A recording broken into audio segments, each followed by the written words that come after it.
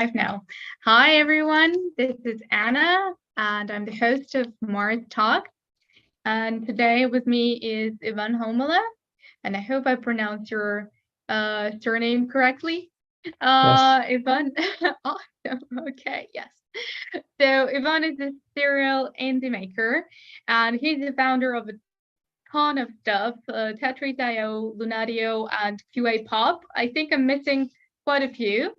But please tell us about yourself, everything else you're working on, and of course, welcome.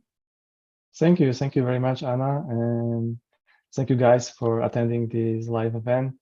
My name is Ivan. And as Anna mentioned already, I'm like serious indie maker, building a lot of interesting stuff. And currently I'm working on the marketing tools.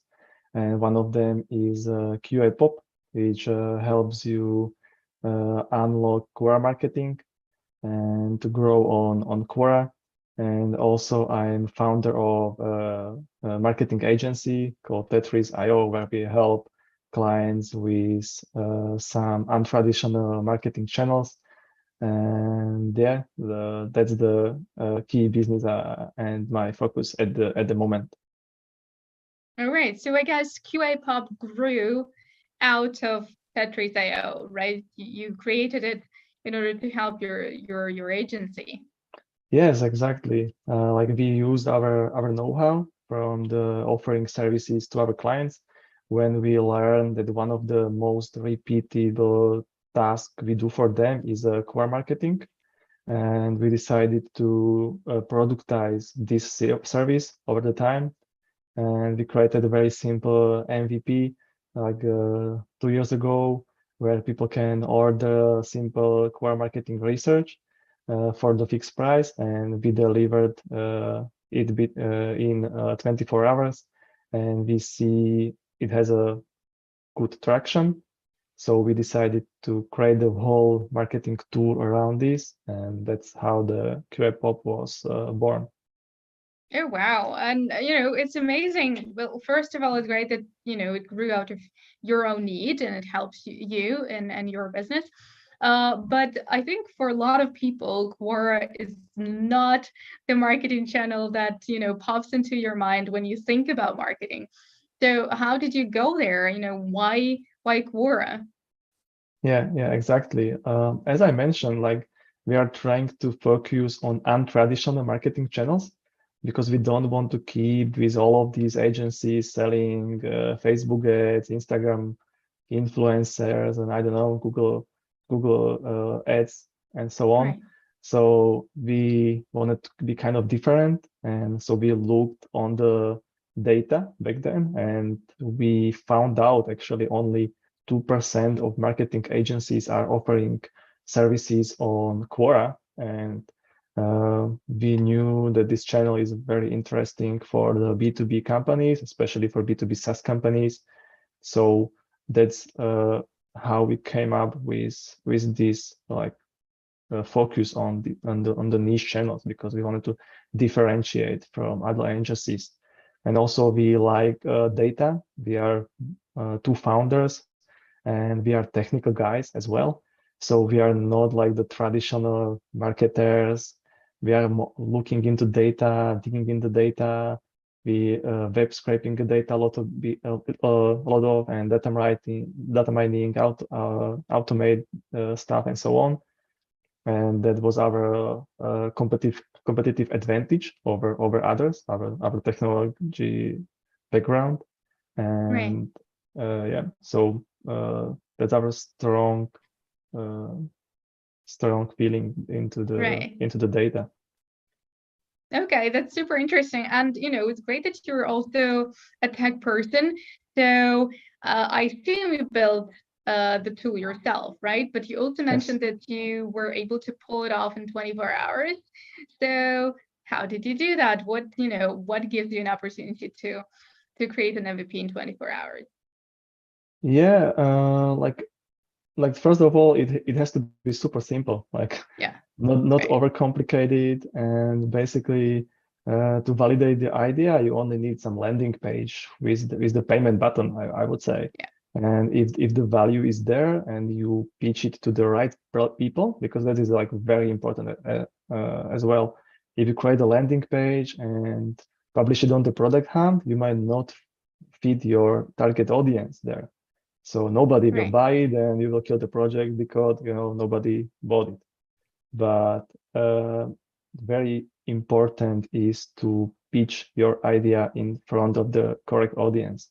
And that's what we did. So we spent just like the day or two building this super simple project.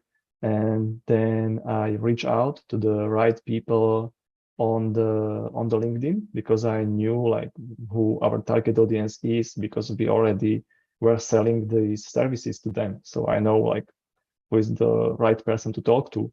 And yeah, the conversion rate for this outreach was like really well. Like people wanted to get this data, and yeah, it was like 6 out of 10 people bought That's it. great. So it was a proof that it might work, and it was a great validation. Cool. Yeah. I mean, agreed. 60%, that's Yeah, impressive. yeah. Uh, I wish that we have the same number as right now when we open the tool, and if we have like 60% conversion rate from the website visitors, oh, I would yes, be like super rich. that's It fingers drops a little crossed you bit. get there. Yeah. But still, spill the beans. Like, what was the tool that, helped you build the MVP? Or was it I a custom code? it was a custom code and basically Google spreadsheet. So it was nothing like sophisticated, I would say. We just export the data in CSV and upload it to the Google spreadsheet, and then make that Google spreadsheet publicly visible and send the link to the client. And that was it. Oh wow, super cool. So see, and I'm talking to the audience who might listen to us. You don't need 3 years to build an MVP, right? It may just be an Excel sheet, and well, as long as it's validated, it works. But Yeah, yeah, thanks for sharing. exactly. Yeah, like, but because the data was the main value the client see. So my advice on this would be to find what the value of your product is, and deliver to it to the client. And it doesn't matter if the client will like get the data instantly, or see it in some nice table with filters or everything. It's just the value you can create for him. So Right. yeah. Awesome. Thanks. Okay, I really like it. I mean, this should go into the quote under the podcast. But yeah, although and because I do marketing as well, and a lot of people think that Quora has been losing some of its credibility because of all the ads and like all the different conversations that don't really make sense there. So how do you deal with that, and what kind of value and what kind of potential do you see in this channel? Yeah, it's true that Quora already had its peak like few years ago. It was like Yeah. more popular than now, and it is not like declining, but it is like more stagnating or slowly growing. So it is not like exponential growth like it used to be for sure. And I think it's okay actually, because this channel is still like undervalued for many companies. And when you compare it to other uh, social networks like Facebook or Instagram, and yeah, the customer acquisition costs on this platform and the return of investment is like not great, Yeah. because of there's like huge competition.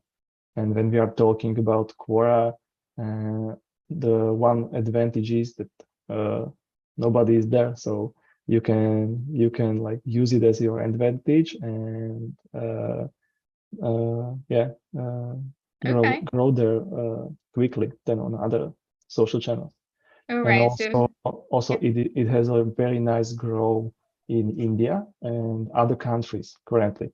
So it's true, it is like stagnate in let's say English speaking countries, but it is growing significantly in India. And also Mhm. we have like many other clients from Italy, French, German. Basically, they told us that Quora is growing in their country, and it has like very good traction there. We didn't even know that, but they asked for it for data from these other languages, and yeah, so there is something what Quora used to be like a few years ago in English. Now it is growing in those other languages.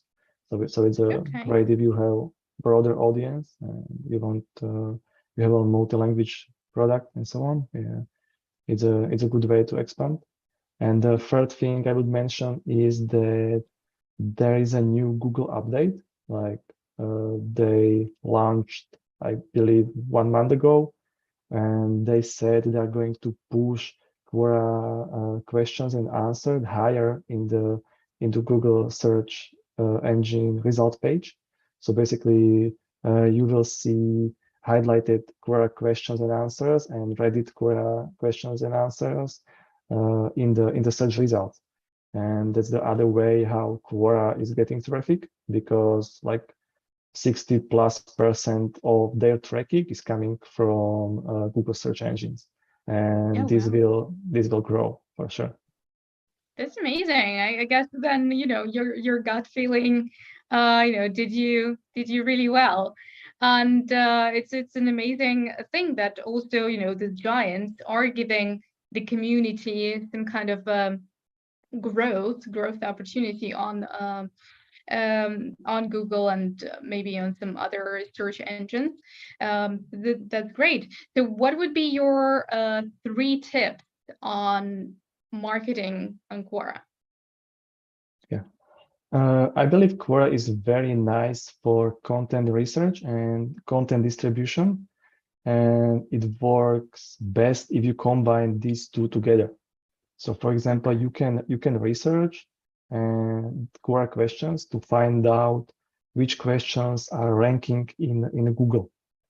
And then you can target these same keywords uh, that ranks for the question. You can use them to create a new article, new blog post on your website.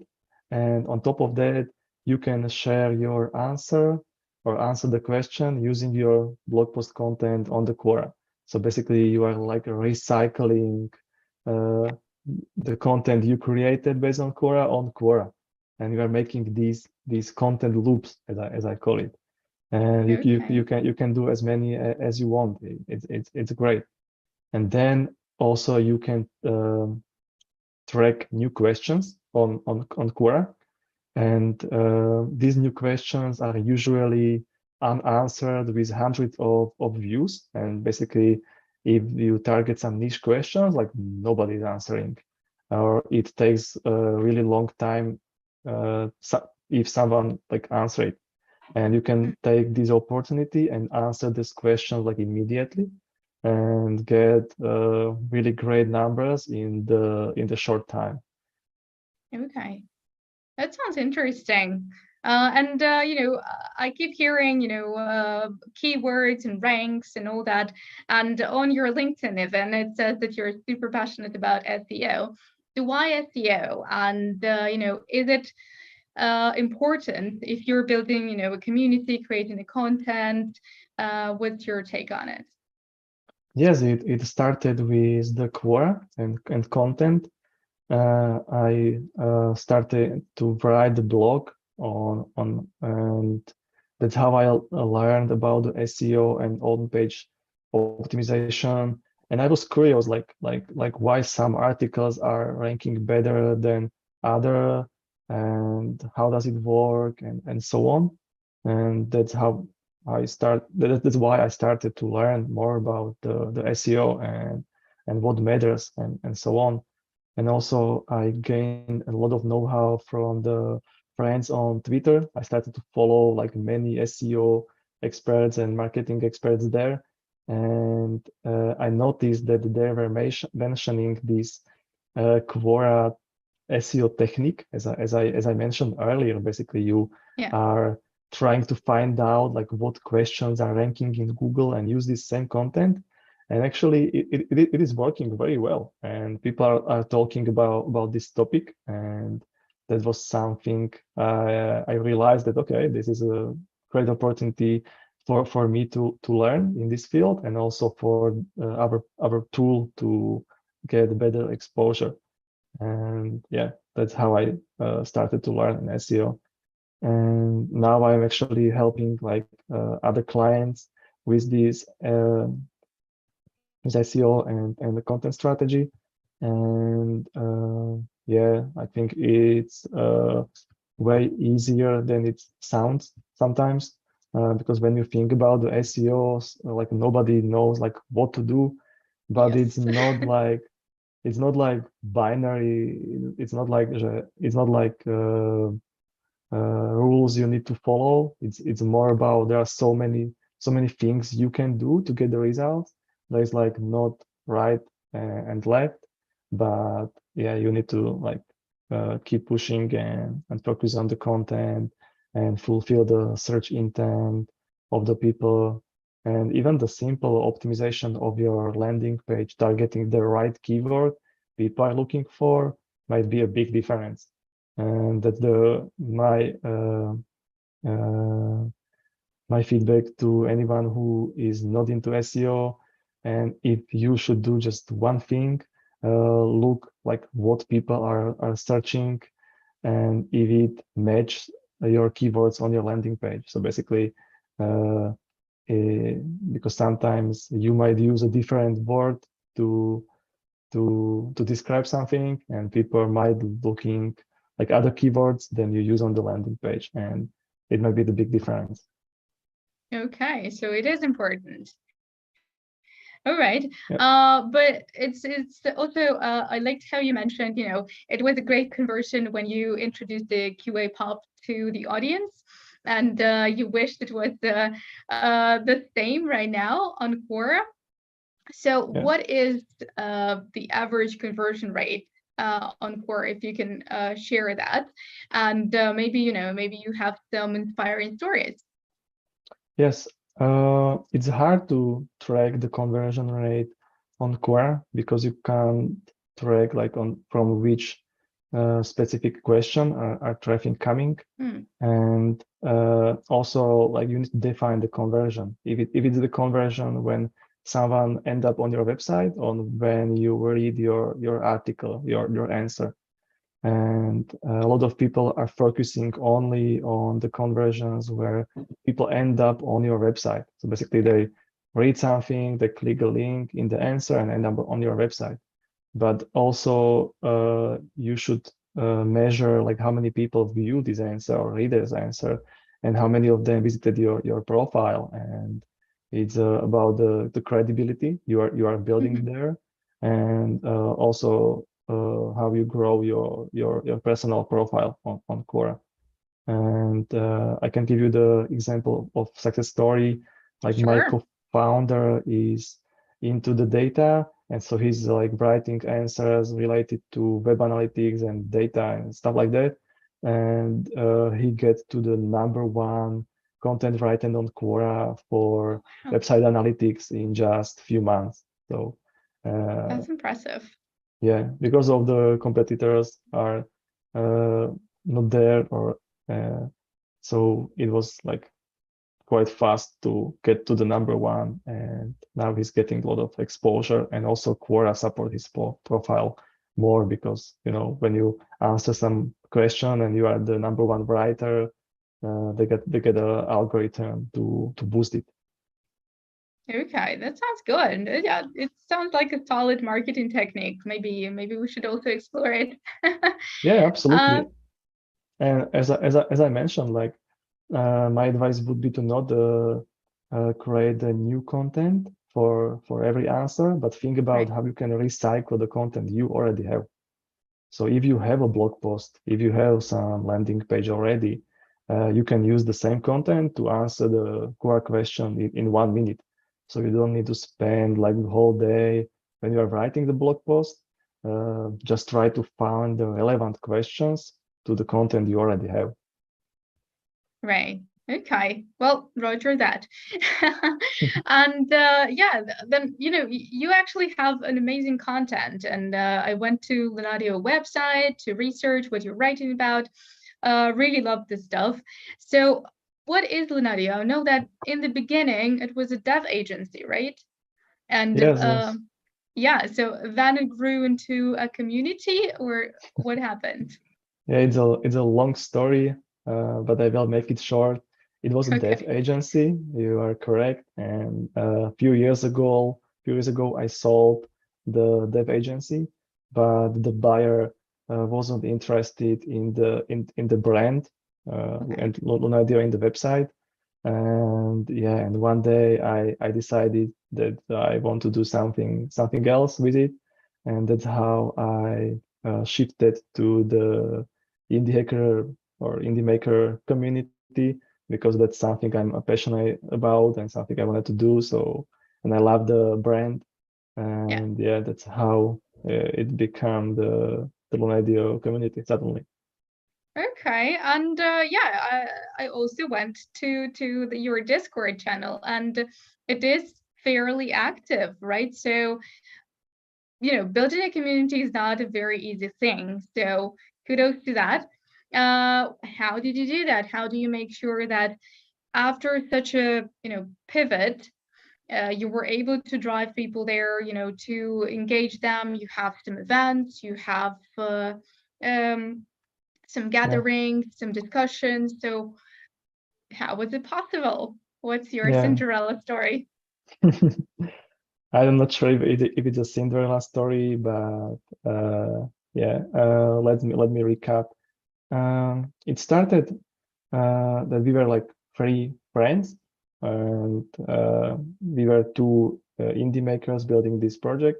And one friend, Samuel, had his side project, uh, and he was still working like he was employed in the company and was working like after business hours on his side project, and we helped them to grow this project. And now he's like now he's full-time entrepreneur, and his project 3D is growing rapidly and he's doing very well. And so we thought like, okay, like, how can we help to do the same or repeat the same success story for other people? And that's why we decided to create this community and invite like more people into it. And like more people started to join, and it was really nice. We used to have mastermind calls like every week. There was like so many people. We even used to have like 3 to 4 calls per week with like 8 to 10 people, where we discuss our projects and help each other and everything. But as we grew in numbers, it was like not as personal as it used to be, because it's different when we were like 10 to 50 people. Like everyone knows each other, everyone knows like what everyone is working on, what is their struggles and wins and so on.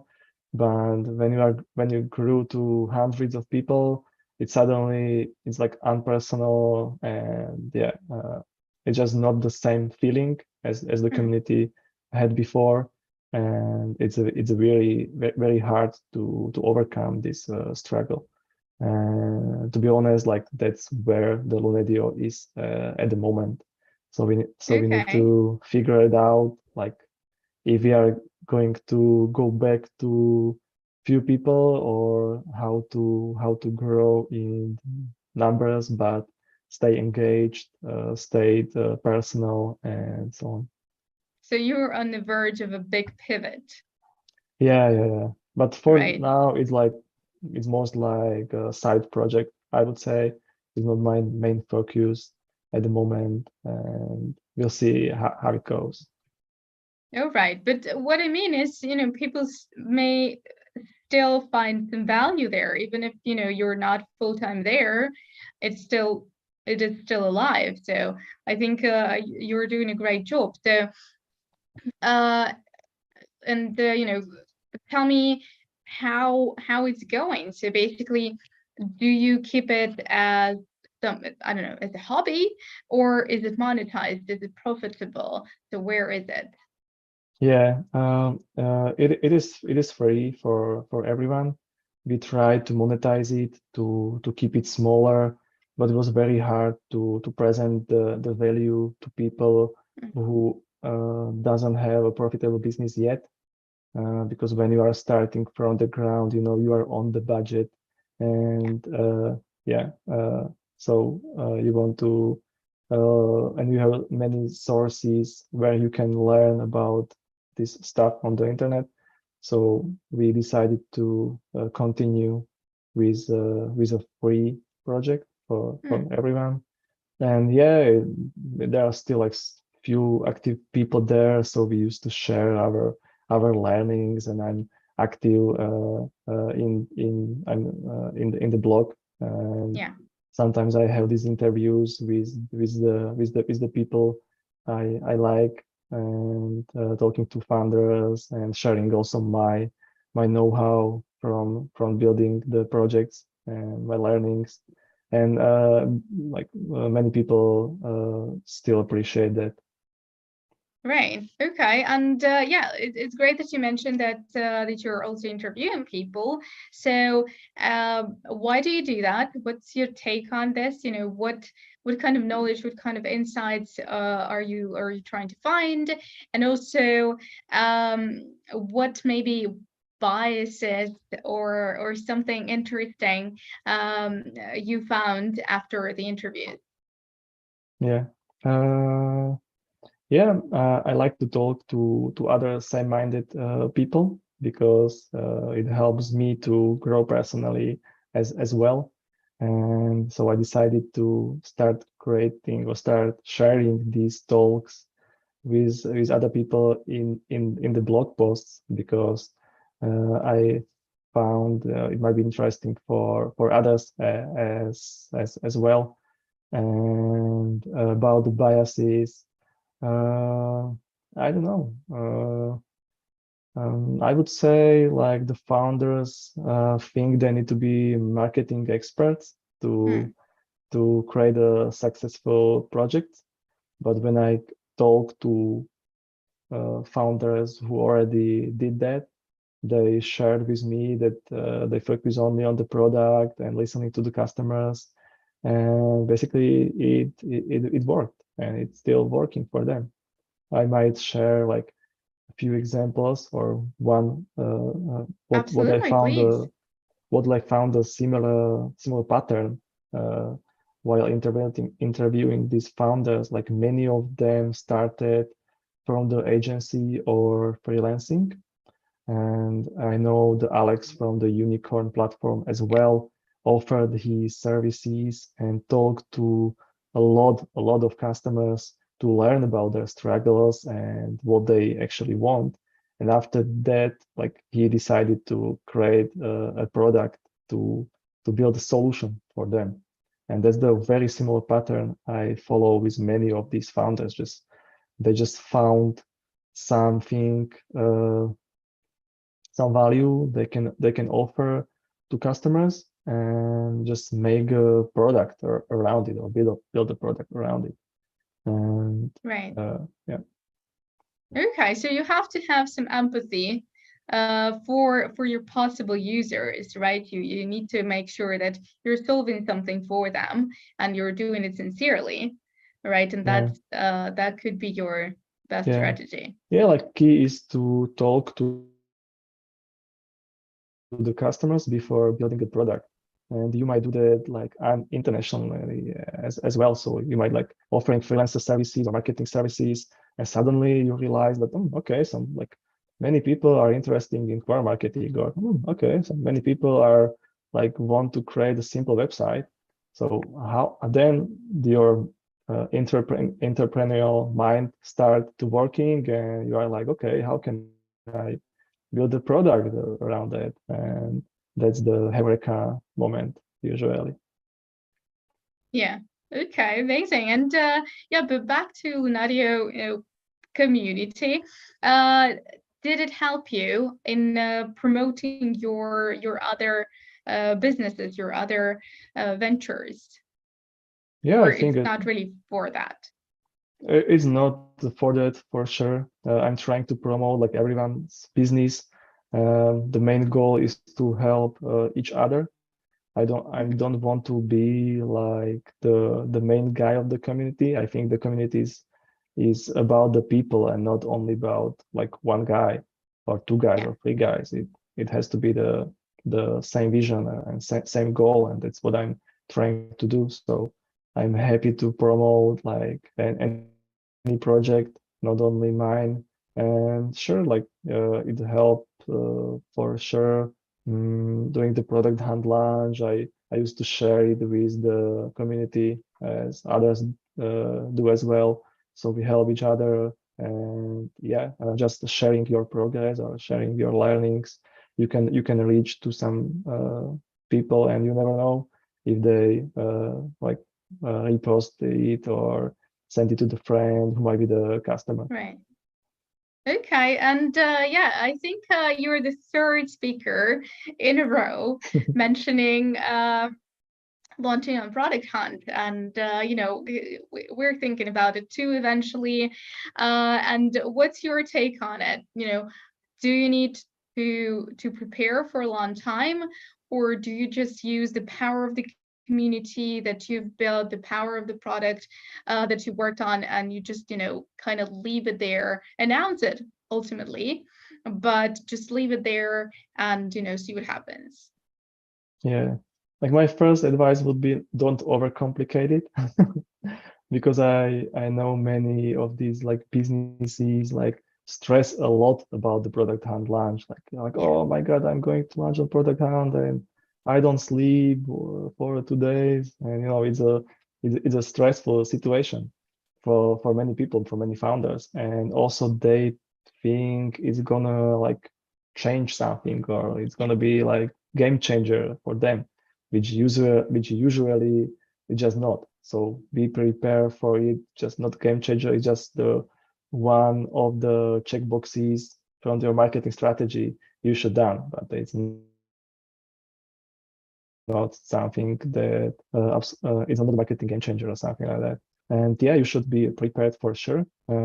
I suggest to have some audience before launching on Product Hunt, at least like few hundred users already, and you can use these users to help you on the launch on with the Product Hunt. And it means that your product is validated and it's prepared for other people as well. Yeah. And then you can engage with other founders on Product Hunt discussions.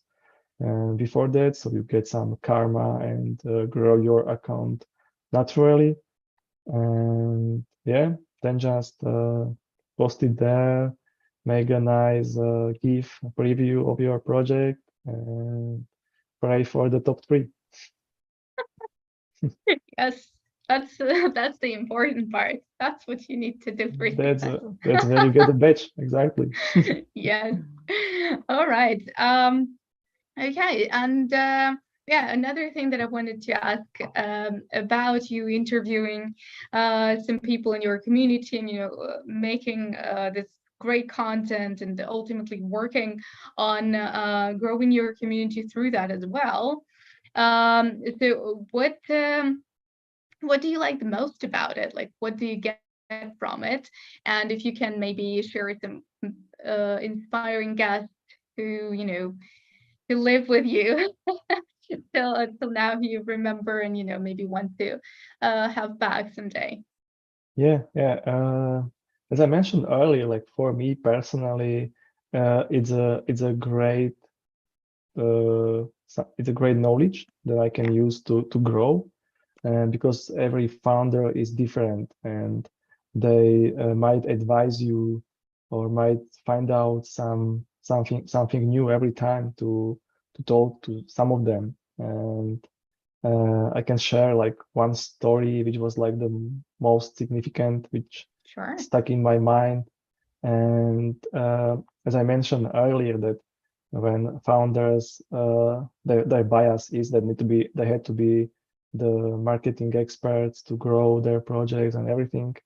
Like one story I really like is the Photopea, which is the Photoshop in the browser, I would say. Okay. And it's a solo founder, Ivan Kutskir, that I interviewed like maybe a year ago, and he got to $1 million annual revenue, like solo founder from his room, and and we joined the call with him, and I was expecting some, some advice, something like he said me like, do this and you will get there, or do this, and I was like, okay, so now tell me like what's the secret sauce, like what should do?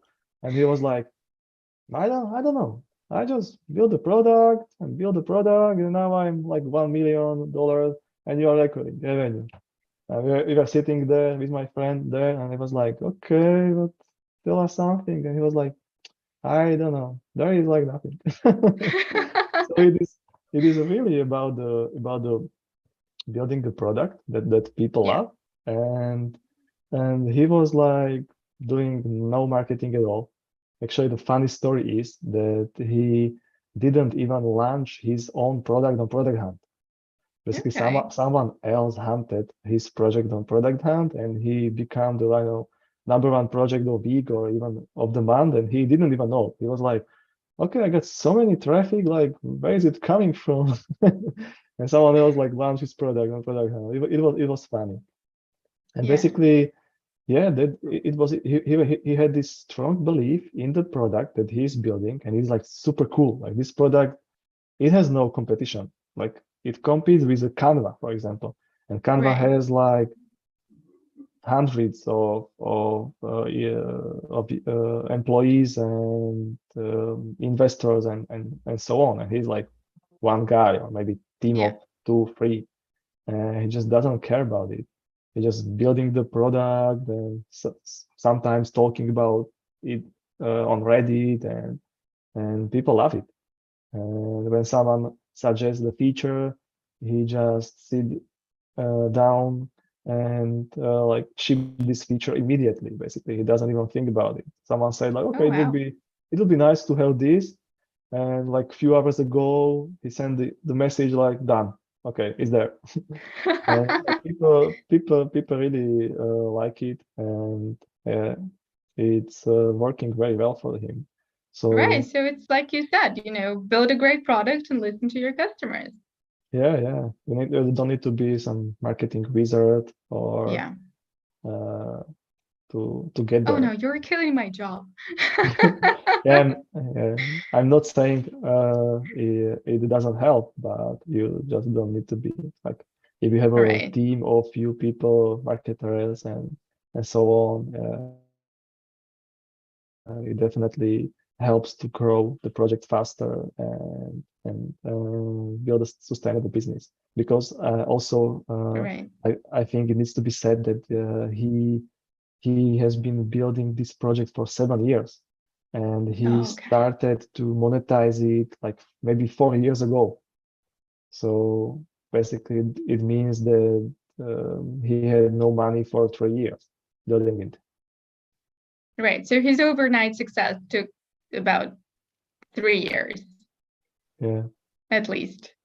yeah, yeah. But yeah, I mean, this is again the same story that Baptiste from Crisp Mhm. told us when I asked him about, knowing your competitors and like doing the research, and he said, we didn't care about it. We just knew that this should work, and it did. So Absolutely. that was really interesting. So thanks for sharing that. And I also know that another thing that you're doing is acquiring other companies, and that is another what how should I call it, hobby of yours. So what was your latest acquisition? What is it about? Yeah, as I mentioned, it was it is my hobby. Yeah. I just had this idea like the year ago that I wanted to have the feeling of acquiring some project and growing it, because it's kind of different when you are building something from the scratch than you are buying something and trying to make it better. Yeah. So yeah, one year ago, I was doing this research for months, looking for some hidden gem, let's say, and then I found like one project that I really like, and the founder was really nice, and he wanted to the project to grow, but he just didn't know how to do that. And I saw the opportunity in it, so I decided to bought it, and it's a podcast service to help you monetize your content. So if you have a podcast and you want to monetize it, you can do that with donations or monthly memberships, and that's what this service is about. It's called PodFan, pod.fan, and it is slowly growing. And also, I'm using the my marketing know-how to grow this project, and also to learn like what's working there, and so I can copy paste and use it for my other projects and for my clients' projects. Oh, so next time we should do our podcast there. Oh, absolutely. Okay, I would love to try. But yeah, so how do you grow all these projects for first of all, lots of multitasking. So how do you make sure, you stay motivated, you're focused on each and every one of them, and then how do you make sure, you ultimately drive them to be ramen profitable? Yeah. I like to work in team. That's what I learned from the past, that I want to have a co-founder. I want to have someone to talk about the business, about the project, and so on. And that's why for the each of the project, I have a co-founder. Sometimes it is a technical co-founder, sometimes it is a marketer, and so on. But we share the struggle, we share the lose, we share the wins, and we help each other to grow this project. So that's how I stay focused on multiple projects, because I don't work alone on anything. Hmm. And we are actually team of two guys, two co-founders for the each project. And yeah, I know it's a long game. That's also something that I realized, that I don't plan to be a millionaire overnight or even over a year, but I just want to slowly grow this project and have fun, like working on it and enjoy working on it over the time, because I knew that in the end it will be a success, and it's slowly growing. Oh, that's a great dedication. And I think every indie maker actually believes in their projects. And it's also a great thing that I noticed in the community.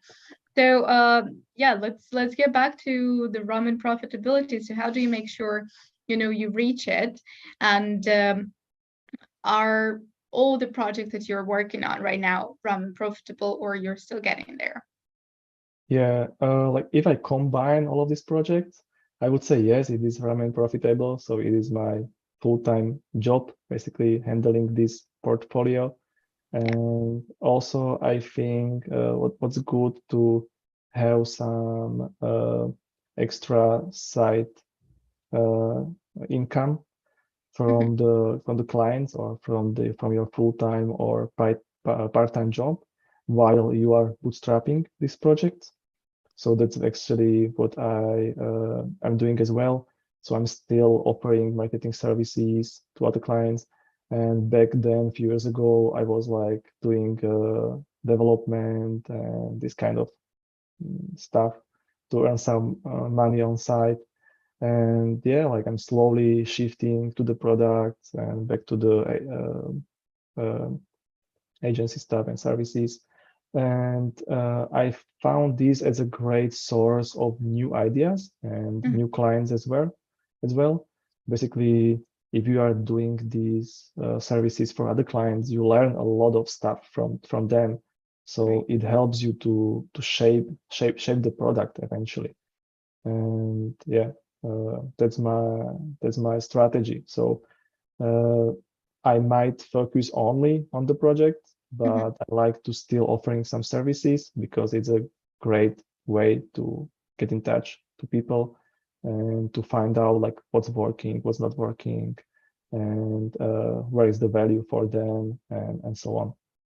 So it seems like you're shifting from what used to be your full-time job Yeah, became a side hustle, and your side hustles became your full-time job. I'm That's very complicated person. interesting. Yeah, but Okay. it's something that I have from my childhood because when I remember I was doing a lot of things at the same time. Like I was playing the football, I was playing the chess, I was playing the table tennis, and then I was playing the piano, and I don't know, I was doing like everything, but not anything on the 100%. So Right. I was doing like 10 things and I was like good at it, but I was not the best in the world or best in the country or any of that. I was like the better middle or something like that Okay. for a lot of stuff. And, and yeah, that's something that sticks with me for until now. Basically, I don't focus on anything especially, and I'm open to do everything. And now it is a marketing, it used to be the development. And in the future, actually, I plan to do some manual work as well. So I might build houses or something. I don't know. So And I you, definitely want to open the ice cream shop. That's my dream. oh, yes. What's your favorite flavor? I don't have a favorite flavor. You like them I all like a them little all. bit. A little bit from all. Yeah, oh, cool. All right. So, what would be your best advice, or maybe best three tips that you could give to bootstrapping founders, to bootstrapping indie makers? Sure. Talk to your customers or start with some initial idea and just don't overcomplicate the MVP because many founders think that they need to be unique, they need to be create something special and it has to be perfect. But yeah, as I mentioned, like we sold like Google spreadsheets with data and that was it. Like it was like nothing else, just the Google spreadsheet. So if you can do that as well, find like what customers are willing to pay for, and later you can turn it into your business. And also, you don't have to be the marketing expert to grow your project. You just need to use the basic SEO thing or basic marketing stuff, or just share what you are doing with guys on Twitter, on Reddit, and answer questions. And you can slowly get there. So that would be Sounds my easy advice. enough. Yeah, it's I think crazy. that's what I'm going to do tonight. But yeah, no, actually, this is a perfect piece of advice. I think we cannot say this enough. Focus on the product, focus on your customers, and just like one of the other speakers told here, you have two ears and only one mouth. Use it in this proportion. So yeah, Yeah. I really love your tips. Well, thank you so much, Ivan. I think your experience is amazing. Multitasking is definitely the key, and being open and being adventurous is also a really cool trait. So thanks for sharing that. Yes, thank you very much, Anna, for hosting me, and thanks everyone for joining us today. Yeah, thank you. And I hope, in a year you will join with totally different stories, and we'll know, we'll have again a lot to talk about. Yes, next Well, year we thank will you for talk being about the here. ice cream. Yeah.